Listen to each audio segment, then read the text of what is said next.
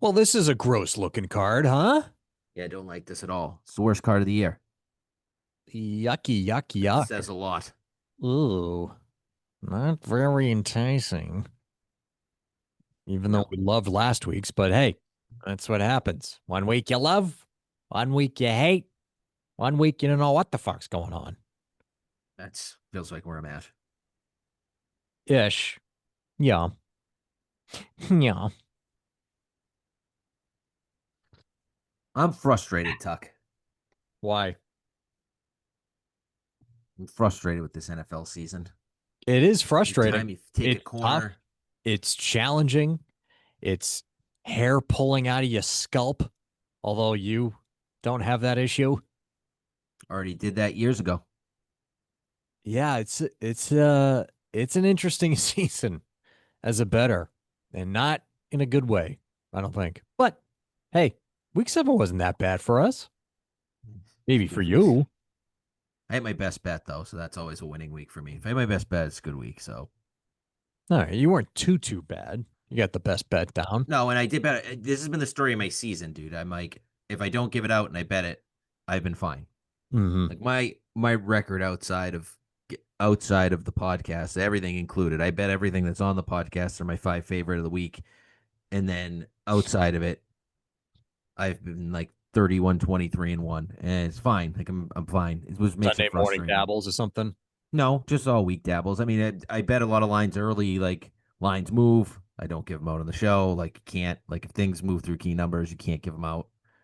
So, but also sometimes Sunday morning dabbles. It just depends if lines move too much, and I think that like I'm fine fading the market. Um, this has been a tough week though. This week, this card is disgusting. Like I struggled to bet 5 games. Like literally right as we were going live, bet my fifth like, and I'm fine with it. But it's a total. Yeah. Yeah, you don't give out totals often, so looking forward to seeing that one. All right, jump through week 7 for us, Matthew. All right, fine. If you're Um, new, we're brother-in-laws, we are better-in-laws. Might be a couple stragglers coming in here. Welcome, yeah, thank you. And might be. subscribe, turn on notifications on YouTube, Spotify, Apple. If you do that, it helps us. So thank you. Go ahead, Matt. Yes, yes. All right. Last week, Tuck, you were 3-2. Best bet winner with the Pats. Slow start, but really turned it on because the Titans are the Titans and turned into the Titans. That was some fun game. Mm. I don't know. I just keep downgrading Tennessee every week. There's an abysmal team. They keep getting worse and worse. I don't know what else to do. Like, there's not a point spread you could give me in any game that makes I, me ever say I'm going to take the Titans right now. I knew that coach fired narrative was not going to work for that football team and the whole Mike Vrabel element too, because his the Patriots played their balls off for Vrabel, and I knew that was going to happen. That's why I bet it. So nice hit there. Bucks 5.5 lost. They should have lost by 600, and somehow I was sweating that. I did bet the Lions on Monday night, and I was sweating it personally. But you must have been a little hopeful because they were in the game when they shouldn't have been. That Lions played terrible. That was an awful football game, and I was Yeah, that really was hyped up gross. for it. What was it? Wasn't Uh, the total on that like 50 and a half? No, isn't it yeah, it was four? yeah, it was I was the 50s number. I don't remember what it closed, but No, it it was a wasn't 50s close. number, and it wasn't even close. Goff was awful. Baker was awful. I said I was scared about the Baker bad game. And then Evans out for the year. Like, good God. Yeah. That was a disaster game. But I thought you were going to backdoor it, is my point of saying all that. But a loss there. The Texans, this team, I stayed up. Okay. I said I was going to stay up, and I did. And God Almighty, do I wish I didn't. Because I slept 1 hour, Tuck. 1 hour. One. Yep, one. On Because my Monday? son was up 1 hour after I went to bed on Tuesday morning after watching the Texans turn the Seahawks over 4 times and do nothing with it. An insane, insane game. How bad CJ Stroud is actually alarming. Just say that. Um, Seattle winning that game. Texans should have covered that every which way, and that's just the NFL this year. It's just the NFL this year. They came out hot, Seattle. First 2 drives right down the field, and boom, forget it. And then the Texans shut them down, turned them over. Didn't matter. Game was over. Hmm. So that was a loss for you. It shouldn't have been. The Bears -5 was the double leg for us, and we cruised to that one. That was good. Never really felt worried about that. You had the Cowboys +2.5, which was another easy winner. was also my best bet, but 3-2 for the week for you. Yep, Dallas rolled, so that was nice. We got that closed Dallas -2, so really liked the value. Got a little nervous with that, but it was a lot of injuries on the Washington side. Which, if you listen to the podcast, we told you was going to happen, and we told you CD was going to be back, and people didn't want to believe it because if you listen to any other podcast around, they were telling you CD was going to be not playing so well, or he might not be at 100%. And on this podcast, we told you he would be just fine. So eat that, because there are multiple podcasts out there that said that. So, Well, I wasn't listening to those podcasts. I always tune in after. We actually record before a lot of them come out, anyways. But I like to tune in just to see what people say. Sorry, I keep hitting the stand. No, Sorry. you're good. Good. I can't hear it. So Dallas cashed, made me feel good. Vegas plus 112 is what I should have meant. They were very, very bad. My God, You said that could very well happen. I did say it. I said it was the first game I bet last week. It was also the one I was most fearful of. And that was why they were either going to cover that game or they were going to lose by 40, and they chose the latter. So Kansas City, blue doors. Vegas is dreadful on the list. Really bad. Chicago, we talked about them. Easy winner, covered the -5 there. Okay, this real quick. I know we don't like to spend time on recap, but Denver -7. They're going to the fourth quarter down 19-0. Win the game, score 33 points in the fourth quarter. That is just ridiculous. And can't cover the number. And you know what's funny? As they're coming back, I'm like, they're going to cover this number. They're going to cover this number. But their I didn't defense. think that for 1 second. I did. And I was like, because the defense is eventually going to step up. And like, did you see the flukiness of the touchdowns the Giants had? Like that ball to, who was it? I don't know. The one to go up to 26, from 19 to 26. It was a tip ball twice that landed in a Giants receiver behind the defense. He ran for a touchdown. I'm like, okay, now we're not covering. But I mean, I was rooting for OT because I felt like we could have pushed, but we didn't. That game sucked. Chargers are just fucking terrible. I should have just taken the over. Like I said on the podcast, I like the over. Hey, you actually think the Chargers are now terrible, or are you just saying that?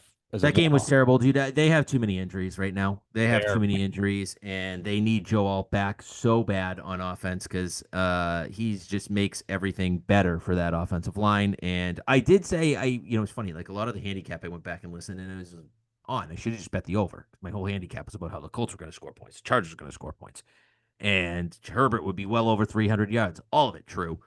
Their defense Indy is a friggin' wagon on offense. So, yeah, Chargers were not prepared on defense. I thought Harbaugh would have had a way better game plan for the boys, but he didn't. Lost 2-3 for me. Right, 15-20, 4-3 best bets for you, Tuck. 17-1 for me, 3-4 on best bets. Looking to finally get back to 500 on best bets after an 0-3 start, and I love this game. Not as much as the Cowboys, but close. All right, let's jump over to week 8 here. We got likes, the rest, and best bets. And as we mentioned, not loving the landscape of this card, but we're going to get through it. And I'm looking at our picks here, which you just entered moments ago.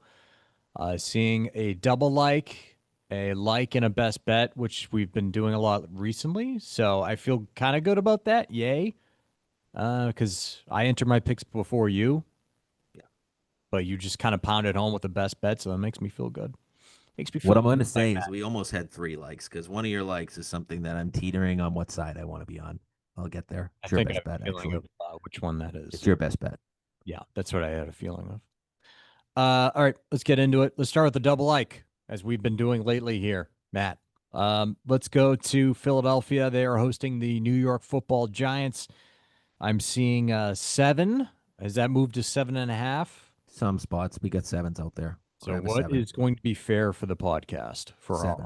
7's fine. 7.5's fine. Okay. Well, Philly -7 here. Everybody's going to be kind of falling in love with this Jackson Dart and the resilience New York Football Giants, even though they did just crap their pants in Denver. But still, I feel like a lot of bettors are going to feel like this. Hey, this is a divisional game. They're going to keep it close. Philly lost to the Giants earlier this season. But I'm going to back a trend that I mentioned last week, Matt, and for some reason I went away from it in both games last week. A team going into a bye, or was it coming off a bye? Whatever it was. I mentioned that the home team going into a bye, I'll back that team most times. And this is one of those instances. Eagles on a bye next week. We saw the explosion of Devonta Smith and A.J. Brown and Jalen Hurts and going up against a tough defense with the Minnesota Vikings and Brian Flores there. And I feel like they kind of woke up in Minnesota last week. So I think that's going to carry over to home. And they're going to get this win convincingly against a divisional foe in the Giants. And then they're going to go in their bye week on a high note. And I think they can do that by double digits. It's not going to be a blowout, but it's going to be a 10-point margin, I'd say. So I'm back in Philly here, -7. Disagree with you on one thing. What? It is going to be a blowout. Philly's going to absolutely fucking Oh. smash this team. I played this as much as a best bet. So I'm giving out technically two best bets today. Well, I only count one for the show, but this was bet like a best bet. This is bet like way more than a like. Philly's going to absolutely roll this team. And here we go. This is a Philly sandwich spot for the Giants, and the Giants beat them on Thursday Night Football, embarrassed them, quite honestly. But in that game, lost a couple of defensive players. Jalen Carter didn't play. Quinyon Mitchell, one of the best cornerbacks in football, he left that game. We didn't think he was going to play last week. That's why I didn't like the Eagles. I kind of leaned Minnesota's way. He played, and he shut down Justin Jefferson on Sunday. And guess what? He's right back in it for a home game against this team who embarrassed them 2 weeks ago. You take that and a team that got their head on straight. Their offense looked awesome. Their defense looked awesome. And now you get to play the Giants right away. And oh, by the way, you're not just playing the Giants, okay? You're not just playing the Giants that beat you 2 weeks ago. You're playing a team. What happened to the Giants last week, Tuck? We just talked about it in the recap. This team was up 19-0, 26-7. They gave up 33 fourth quarter points and lost. Not only did they blow a lead, but they took them back down the field against that defense and scored again to miss an extra point and allow Denver to go down the field again, kick a field goal, and win. So how does that team recover? Do you know what this reminds me of? I can tell you right now what it reminds me of. It reminds me of the Bears-Commanders game last year when the Bears were 4-2, playing well. Now the Giants aren't 4-2, but they do have new hype, and they've been playing way better since playing Jackson Dart and Cam Scatabo, right? So you get all this young team excited about the way they're playing, and they go out and lose that way. Do you know what happened to the Bears last year after losing that way to the Commanders? They lost 10 in a row. And you're going to see something really bad happen to the Giants in this football game. They're not going to recover well. You have a pissed off, healthy Philadelphia team against a team that's going to be like, how did we lose last week? Okay, well, now we're going to go to Philadelphia, back-to-back road games. Philly blows the Giants out on Sunday. You can give me 7.5. I don't care. Double digits. I think it's closer to 14, 20 points than I do the actual number here. So I love Philadelphia. To play devil's advocate, over the last decade, teams coming off a road game where they led by 12 plus points and lost win 57% of their next game straight up. And in that same span of time, teams coming off a road game where they lead by 10 plus points entering the fourth quarter and lost are 16-9 straight up and 15-10-1 ATS in the next game. But I don't think that matters in this one. That was a devastating loss by the Giants. And like I mentioned, love the fact the Eagles are going into a bye week here. I like trends, but sometimes like they're misleading. Like, yeah, that one feels. This is a very young football team that's like getting excited. TikToks, Cam Scatabo. Ooh, he's a moron. He'll have CTE in 5 years. Everyone loves him. I like, hey, great. Like, I like the player. I love Dart. You know that. I've said that many times. Not this week. They're gonna get murdered. Murdered. You heard it here. Bloodbath in Philadelphia. Murder. A murder. All right. All right. Second leg here. Give me the Indianapolis Colts to cover that big number here, man. Going back to my old ways, right? Always the Titans find a spot at any number. 14. The Colts are favored by, which is just amazing to say. In terms of just how far along this Colts team has really come this year with the new quarterback at the helm, and they're healthy for the most part, aside from, Josh Downs, but he might be back this week. But this just speaks volumes about how poor this Tennessee Titans team is. I mean, they have virtually no pass rush. The offense is just dead. The rookie quarterback can't figure it out. We all know the coach just got fired. I don't know if Calvin Ridley's going to be back or not. Colts handily beat them in Tennessee 41-20 in week 3. You know what else I really love about this spot for the Colts here, Matt? Tell me. This is going to be their only home game for the next 1, 2, 3, 4 weeks because you're at Pittsburgh next week. Your international game, which is technically a home game, versus Atlanta, wherever they're going to play at 9:30 on Sunday morning on Sunday, November 9th. Then they got the bye week. Then they're playing in Kansas City, and they don't play at home until November 30th, Matt. So they're going a full almost month, over a month without playing at home, actually. That's insane. So I think it's gonna be a party in Indianapolis, and they're gonna blow doors in this Titans team. Jonathan Taylor is having a remarkable career season so far to this point. I mean, what else do I need to say here, Matt? Nothing. I am not touching this number, but I do lean your way. There's not. I told you earlier. There's not a number you could give me with Tennessee that I'd take them in this game. Like 30, I wouldn't take them. I would not bet the Titans plus 30 in this game. I don't. But I also don't like want anything to do with it. I will say one thing about Jonathan Taylor. I'm so tired of the MVP talk of all these quarterbacks. Like, there is not one player in football playing better than Jonathan Taylor right now. He's got 11 touchdowns, dude. He's almost 700 yards rushing already. Like, he's carried this franchise to, like, and they'll never give it. If they didn't give it to McCaffrey 2 years ago, you could forget about the running back getting it. It's just annoying, and I'd like to call that out. That's exactly what I was going to say. He is just awesome. And his numbers are going to be even better when he runs against this Titans team for the second time, and they cannot stop the run whatsoever. So, good luck. Matt, like it. Second like it. All right. My second like. I'm going to my team. Taking the Niners plus 1.5 against Houston. I know what I'm supposed to do here, but I'm not doing it. I'm not taking Houston. And normally I would, but there's a little situation here that I like, and I think we can take advantage of. Yep. Little situation, shall we call it.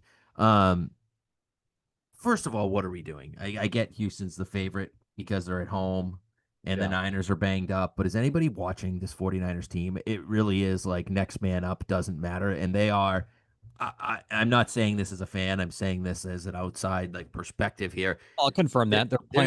They're the best coach team in the NFL right now. What Kyle Shanahan and Robert Saleh are spinning up every week is actually insane. They went and held the Falcons offense, who just blew out the Bears on Sunday Night Football, to under 300 yards offense. Like, that was crazy with their backup defensive guys, no-name guys. That the Bethune, like that kid Tatum Bethune played unbelievable in Fred Warner's spot, like unbelievable. Like, he was awesome.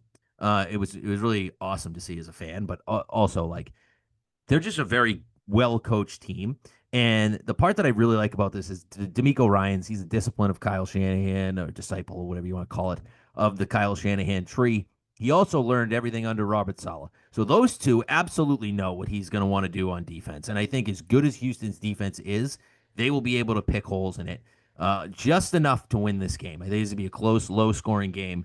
And I think that advantage of the Niners knowing what he's going to want to do so well. On the flip side, you could say what Kyle's going to do and Saleh's going to do, but they've keep reinventing the wheel week to week to just stay afloat and stay alive. And Vegas keeps doubting the Niners with their numbers, and they just keep covering numbers. It really is next man up mentality. Despite the Purdy injury, Mac Jones playing, the Niners are the number one team in football right now throwing the ball. That plays well against the Houston defense, who's sixth in the league right now. What does that mean? They're the number one team throwing the ball. Total yards per game. So, like passing yards per game, they're number one in the NFL. And Houston defensively is sixth against it. So that's going to be a fun matchup. But I don't think, like, here's the thing with the Niners right now, and you know this.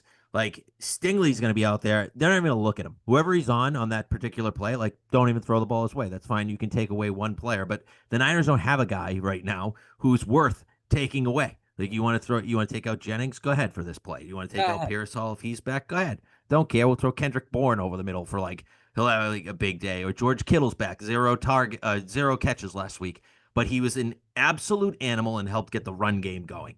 And that's where Kittle's real value is to a football team. Like not your fantasy stats.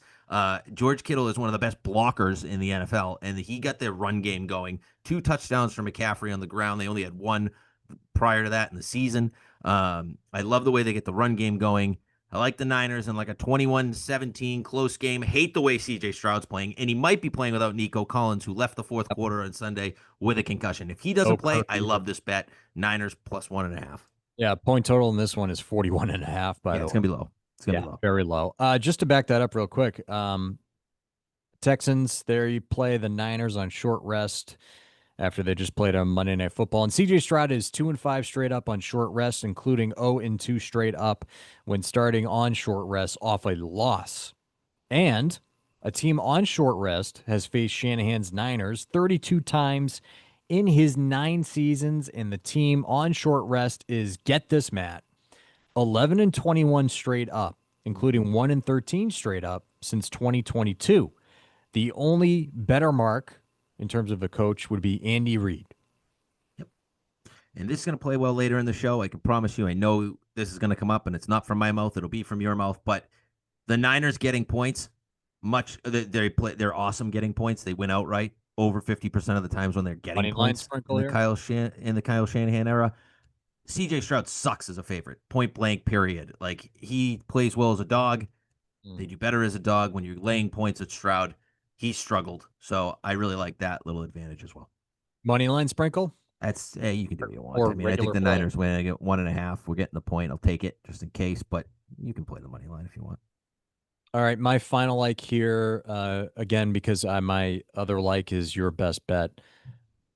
This one's going to fluctuate a little bit, so I don't know exactly what we're going to give out here. I guess it's 46.5 at the moment, and I'm looking at the Kansas City and Washington game on Monday Night Football. I know that the Chiefs offense is clicking on all cylinders, but that Washington defense is still respectable, I'd say. I'm not sure where they rank in terms of the NFL to this point, but I imagine they're around middle of the pack. I think they're much better than the Vegas Raiders defense. That's for damn sure, who just allowed 31 points to the Chiefs. And Marcus Mariota is going to be the starting quarterback for the Washington Commanders. Jaden Daniels is out. Not sure what Terry McLaurin's status is. I'd imagine he's not back yet, but maybe I'm wrong on that. Deebo Samuel, I don't know if you have any insight on those guys there, but that Washington offense right now is an absolute mess. And I think this is already a lost season for Washington. And I just don't see Marcus Mariota going into Kansas City on Monday Night Football and really having any sort of respectable outing whatsoever. So, gonna lean the under on this one, or like the under on this one, 46.5. There we go. It's early still, so it's tough to tell you if they're going to play. My gut says at least Deebo plays in this game because I think he was close to playing last week, and they ruled him out sort of on late Saturday night. So I think he's closer to playing. McLaurin, they also think he's up in the air, so we'll see on it. There's a good chance I'm on the Commanders. This is too many points. Like if I took Vegas plus 12.5, the Commanders are a better team than Vegas, even with Marcus Mariota. They're a formidable team, but like I'm not running to the window to bet it. Like, let's see. Commanders are better than the Raiders. Like, what are we doing? No question about it. Yeah. No question about it. And I think it's too many points if we're being totally honest. The Chiefs are not a team that goes out and blows doors weekly, even with Rice back. Like, we were worried about that last week when it gave out Vegas. We did talk about that. But like, I do think that this Commanders team, even without Jaden Daniels, I think Mariota is a perfectly fine backup. We've seen him play in games. He keeps things close. I think if this line stays around 12.5, which just jumped 2 seconds before the show when Jaden Daniels got ruled out, I would have a hard time staying off that. I want to see where it goes in the next couple hours with this news getting out there to the public and see if people start to hammer the Chiefs really quick. This number gets to 13, I might dabble it and then say and hope that at least Deebo plays in it, but no play for me in this one. I feel kind of weird about giving out this total though, because it is Wednesday, and I imagine it's gonna come lower, right? I don't think so. I honestly, that line earlier was 90% Jaden Daniels out. That's why it only moved 2 points. I mean, that team, like, that was way too high if Jaden Daniels was playing. Let's be honest. 10.5 is what the number was all week. So that was telling you that Daniels was probably not going to play. Like, they know. All right, And then so it moved 2 points really quick. And honestly, most places have it at 11.5. So that's where I want to see it go. Like, DraftKings is 12.5. no, no, I'm talking about my pick, not No, the I know, but I think the total has it.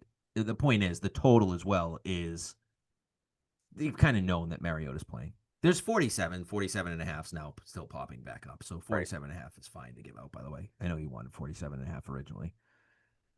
At I'll go first, with when we 47 first and a half. happened, it was off If the there's a board. if there's a Yeah, 47 and a half, I'll there's just plenty of them. Fanatics is one. That's a uh, local book that people 47 and give a half. out. Like I they're mean, popping 47s. before this news came out, I was under the assumption that Mariota was playing. Yeah, 100%. And so were the books. Like that number is telling you exactly what's going to happen. All right. So we'll go 47 and a half. All right. Your third like here, Matt. I'm giving a total in this one, and it's Would total I've you been. never do? Ever. I do sometimes. I No, do you sometimes. never Actually, do. when I did, yes, I was 3-0 on totals last year. I do it very rarely because I like betting NFL sides. I just hate this card so much. I will not be on many sides this week. This total I do like though. Um, and it's Miami and Atlanta, and it's over 44.5. Look, I get it. Miami's an absolute disaster. And you just saw the Falcons score 10 points in San Francisco. But one thing about Atlanta is they are playing much better, especially on offense at home. Michael Penix looks like a different player at home than he does on the road. Those weapons, they can play on the turf. A lot of speed there. Also, on the flip side, you're giving me Miami's offense on turf. I will still take that. I know they don't have Tyreek Hill out there, but they still have speed. A-Chain, Waddle, a couple other guys, Washington, like they can play offense. I'm not worried about that. Um, so I think this is gonna be fine. I think Atlanta's gonna get close to the total themselves. I really do. I think you got a big number coming from Atlanta. Can Miami keep up? I think they do hang in there for a little bit. I know Atlanta's defense has been really good this year, but um, I do have I have a few questions about them. They have a key injury in the middle of their linebacker Diablo out last week in the second half of that Niners game, and that was a big difference. You could see um, that will come into play this week, and they can attack that middle of the field like the Niners did. So I think Miami can do enough to score to get us over this total. I'm not in love with the line. It's 7. It feels about right.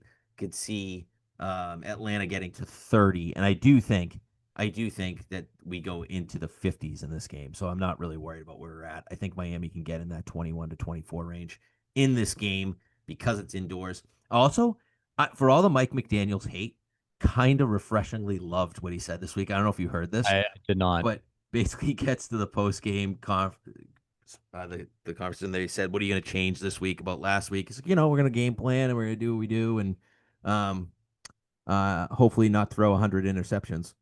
And he was a direct shot at Tua, and it felt refreshing because Tua just came off throwing the Yeah, Tua's defense being under a the bus bitch the this week year. before. Yeah, Right. 100%. The week before, he's talking about how he played well, and the defense let him down. So he just ran right back, challenged sir. Not only did you get benched, Yeah. but now, like, don't throw 100 picks, and we against a team we should not be losing to this score to because we did prepare enough. It was your fault, and I kind of loved that. It was refreshing to Yeah. hear him fire back like that. To me, I think you got to hold guys accountable. If you're going to throw people under the bus, you come right back out. You better play well, and he didn't. And I kind of love that. I think it sparks the offense just enough to get us up and over this total. I mean, you got to imagine that some players are kind of over the whole Tua thing after his comments this I'm year. sure. I'm sure, dude. I'm So, like, sure. they But hear their coach who's been on the hottest seat in the NFL the uh, owner loves him, though. back the other The owner players. absolutely loves McDaniel, so He's not going that's to get why he fired. hasn't been fired yet. He won't get fired now.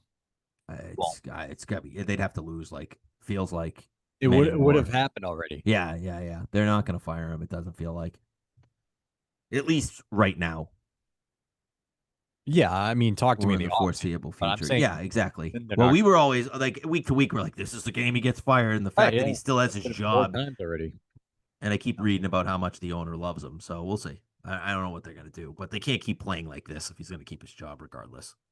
All right, let's get to the rest here, Matt. Well, I got one more like because you had a couple doubles on Yep, one of my sorry. extras, so I'll double up. I'm going back to the Cowboys. Give me the 3.5. Now that it's over 3, I'm like, I love this. I was not going to be a bet at 3, so 3.5 is absolutely the play to go get the Cowboys. Look, this offense is playing at a historic pace, and like it doesn't really matter who they're facing. And now I get it; they're going to Denver to play in Denver.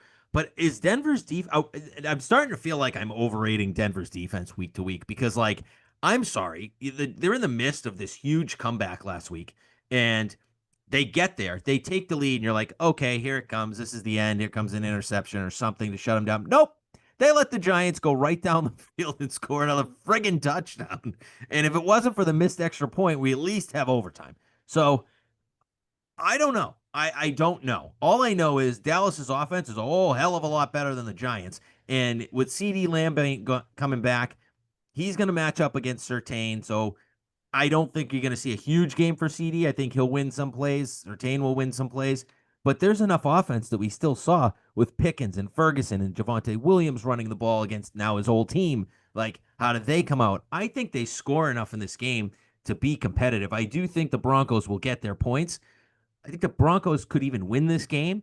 But if you're giving me over a field goal, I'm taking that every time with an offense that's just playing at a historic pace. This is an easy handicap for me. I'm not overthinking this. I like Dallas here with the points. I can't believe this got to 3.5, and it's being bet like the paper's been out yesterday's like that. The Monday morning paper got released, and the Broncos won by 7. Like it's kind of nuts to me. I'm taking Dallas here plus 3.5. I wish this game was in Dallas. This is one of those games. So Tuck, like I want to see Bo Nix on turf. Yeah, I mean, I kind of am becoming a Bo Nix truther. As bad as he was for 3 games, that fourth quarter was an absolute electric factory. Like he was awesome in the fourth quarter of this game. I wish the kid could put it together for 4 quarters. He's looked gross for the majority of the year, though. That's the other thing. And like Dallas's defense starting to play a little bit better. Dare I say a little bit? Like Yeah, they got rumors of Max Crosby going there potentially. that'd be nice for them. I mean, they that would be really nice for them because that's what they need. They miss Parsons pass rush. It's just clear as day. But pick 6 last week, got a sack fumble when they needed it. As Washington was trying to climb back in it, they stepped up in big opportunity. So they're starting to play a little bit better. They're still not good. I'm not going to sit here and tell you they're good. They're good enough to keep this game close, though. This could be a sneaky Dallas win. It's going to be a close game, in my opinion. Come down to the end. So give me the 3.5. All right, now we go to the rest here, and we'll do a little Thursday night football. No Thursday night bets though. Chargers hosting the Vikings. Carson Wentz going to get the starting nod for the Vikings again as JJ McCarthy works his way back. Chargers are favored by 3 points. Point total on this one is 44.5. Boy, I guess Vikings on this one just because of the Chargers and their recent struggles. I don't know. What are your thoughts on this one? I bet the Chargers. I did at 2.5. I'm a sucker. I know it was 2.5, and I did put it in. I don't love it, but man, Carson Wentz was bad. I officially will tell you that JJ McCarthy is hurt and not benched because if he was just benched, he'd be playing Thursday night. There's just no way. Like the Eagles made him look silly on Sunday. And yeah, like sorry, I can't see the Chargers are in real trouble. This isn't a huge bet for me either way. I don't like it at 3.5 though. I'll tell you that much. Defensively, Vikings will come to play. I'd stay completely away from it at the current number. I don't even like it that much at 3, to be honest. Joe Alt was a limited participant. Yeah, that's what I'm kind of hoping on. He's back at practice. There's a chance. So that was exactly why I played it. Yeah. That's so important for that offensive line, who just continues to lose people. The Patriots hosting the Browns. Patriots are winners of 4 in a row. They're favored by 7 here. Can't believe this wasn't your best bet, but go 40.5. No, you know what?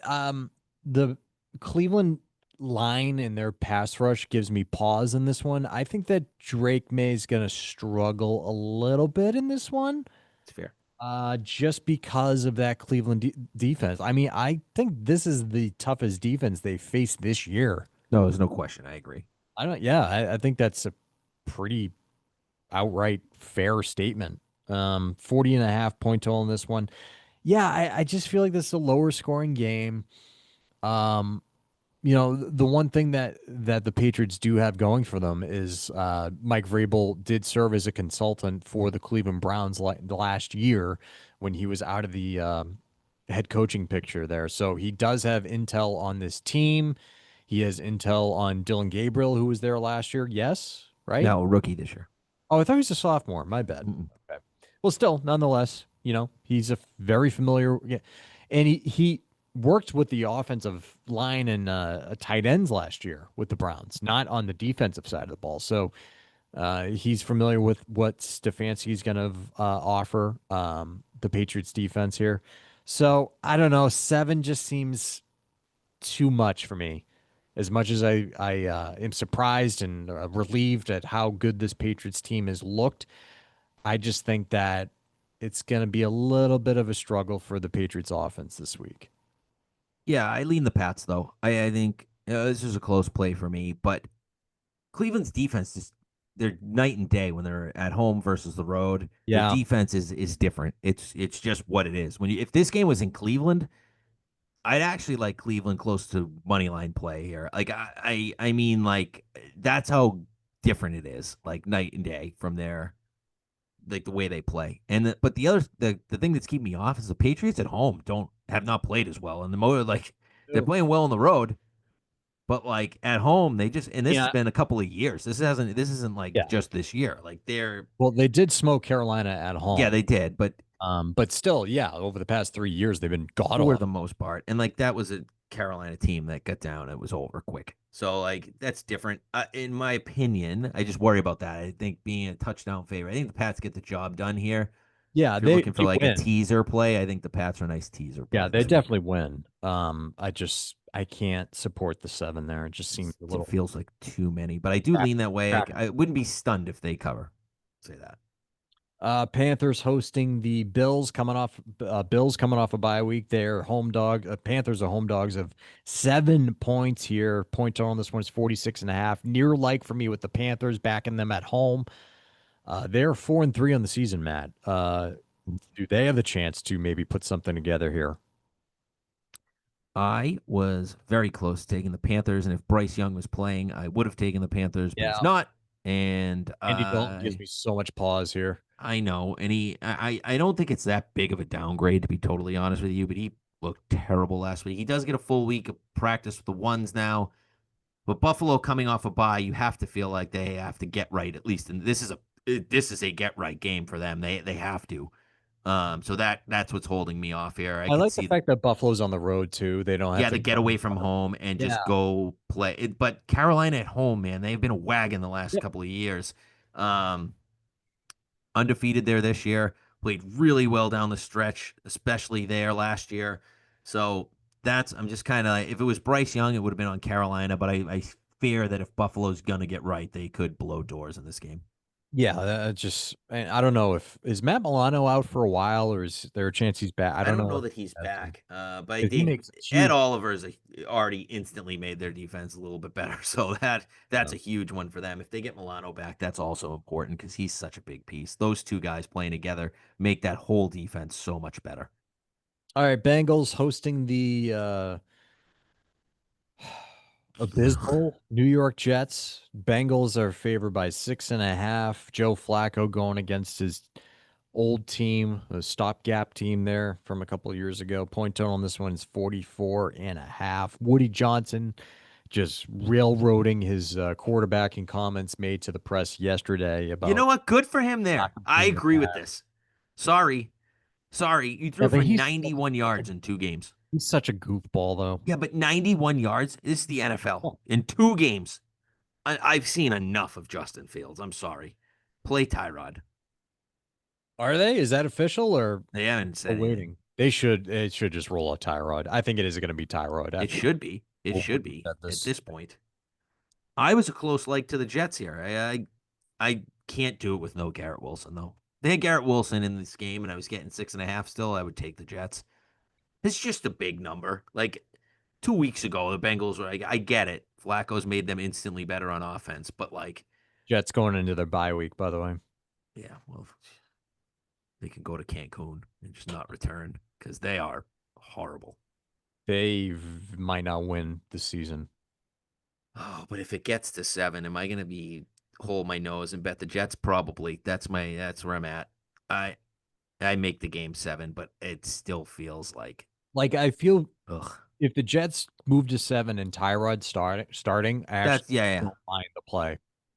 I don't think Wilson's going to go though. I don't know if I can ultimately get there even then. I gotta really. Yeah, rookie tight end Mason Taylor going up in a very tasty matchup against the Mhm. Bengals defense, who ranks 32nd, dead last against opposing tight ends so far. That is the stat for the third straight year. They are the 32nd worst team against tight ends. They Might refuse want to to address address that. that. Might want to address it. Yeah. They were good third year in a row. Like, figure it out. You need a linebacker Do you? or safety or something on defense. I don't know. Just throwing that out there. Um, I know you have a play on the Dolphins and Falcons, but what do you think of 7.5 favoring the Falcons, though? Lean Miami. But I don't want to play this side. But I would lean Miami. I make it 6.5. You're giving me a over the touchdown, huge key number. They're just tough to understand how motivated they are at this point. I still think that pissed off Tua enough to get him out there and play a better game, and I think the Falcons are going to score points anyway. So it's a stay away from me on the line. Saints. Sorry, I'm eating a mint. Saints hosting the Buccaneers, coming off a tough loss. As we discussed earlier, in Detroit there. Saints are home dogs of 4.5. Point total on this one is 46.5. And if you recall last year, Bucks went into New Orleans and completely blew their doors off. I think they put up 51 points. Yep. Against Um, Spencer Rattler. yeah, I know that the Saints have been playing pretty well at home. I know everything that the Bucks are going through, and the Bucks are heading into a bye week as well. Mhm. Kind of with their tail down right now, but I could kind of see Baker bouncing back here. Um, it's not enough for me to back the Saints as home I'm dog. going to let this number keep getting bet down, and I'm going to probably be on Tampa when all things are said and done. Mm. Everybody in the world is betting the Saints. I Saints? get it. They're playing close at home. They're competitive. They're pesky. The Bucks are banged up. The Buka came back. He did play Monday night. I don't know if he looked 100% to me. He sure didn't, but like he still got enough burst. Um, I wonder, with all their injuries, if they take the brakes off with him, and then I'd like it a lot better if I knew he was at 100% going into this bye week. You know what I mean? Like this scares Yeah. me a little bit about the Bucks. They're so banged up. They need the bye badly. Stay away here, but I'm leaning Bucks the more this comes down. I mean, this before Monday night's game against the Lions was at 6.5, and I was texting with a buddy, and we were talking about the slate for this week, and I was like, God, I did bet the Lions, but the one good side of Tampa being competitive or winning this game would be that this number is gonna go to 7, and I'm gonna hit the Saints at home with a full touchdown. It did not. It came back on 6, down to 5.5, 5, 4.5. There's fours pop. There's 3.5s popping. I mean, this is Yeah. I can't get there. All right. Bet. Blah, blah, blah, blah. A lot of bye weeks. A lot Oh, of bye weeks this week. best bet time, Matt. It is best bet time. And I've had this one kind of locked up since Sunday in my head. In my head. I'm looking at Pittsburgh here this week. Steelers, home dogs, +3. I feel like I have a very good Tomlin feel Mhm. for his history here. There's a lot of different angles in this one. Steelers coming off a very tough loss in Cincinnati on Thursday Night Football. You got Aaron Rodgers facing his old team and the Green Bay Packers, and then you have the Packers themselves, who just cannot figure it out since earlier on the season when they started to pick up bets for Super Bowl odds. Like you started to hear the increased chatter around the Packers there, and they just went into Arizona and they just almost shit their pants, Matt. Um, so give me the Steelers this week, and I got some numbers to back it up here. This is the quintessential Mike Tomlin back spot here, coming off a loss. Mhm. Off a loss, Tomlin is 61-46 ATS. He's 25-14 ATS as an underdog off an outright loss, including 12-3 ATS as a home dog off a straight up loss. Tomlin has been listed as a home underdog in 32 games as head coach of the Steelers, where he is 19-13 straight up and 22-7-3 as a home dog here. After the Steelers defense allows 30 plus points on defense, they're 29-12-1 ATS or 71% in their next game. When the Steelers are at home after that bad defensive performance, they're 21-8-1 ATS or 72% under Tomlin. And just the cherry on top, Green Bay 0-6 straight up in Pittsburgh against the Steelers over the last 50 years.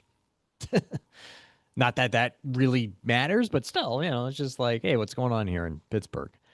This is all about Mike Tomlin for me. He's going to get them ready, extended rest, very tough loss against the Bengals last week, and I just don't understand what's going on with the Packers right now. So give me the Steelers +3 here. I lean your way. The one caveat that's keeping me off this game right now is I like to bet teams that got a little scare last week. Like good teams that got a little scare, still won, Mm-hmm.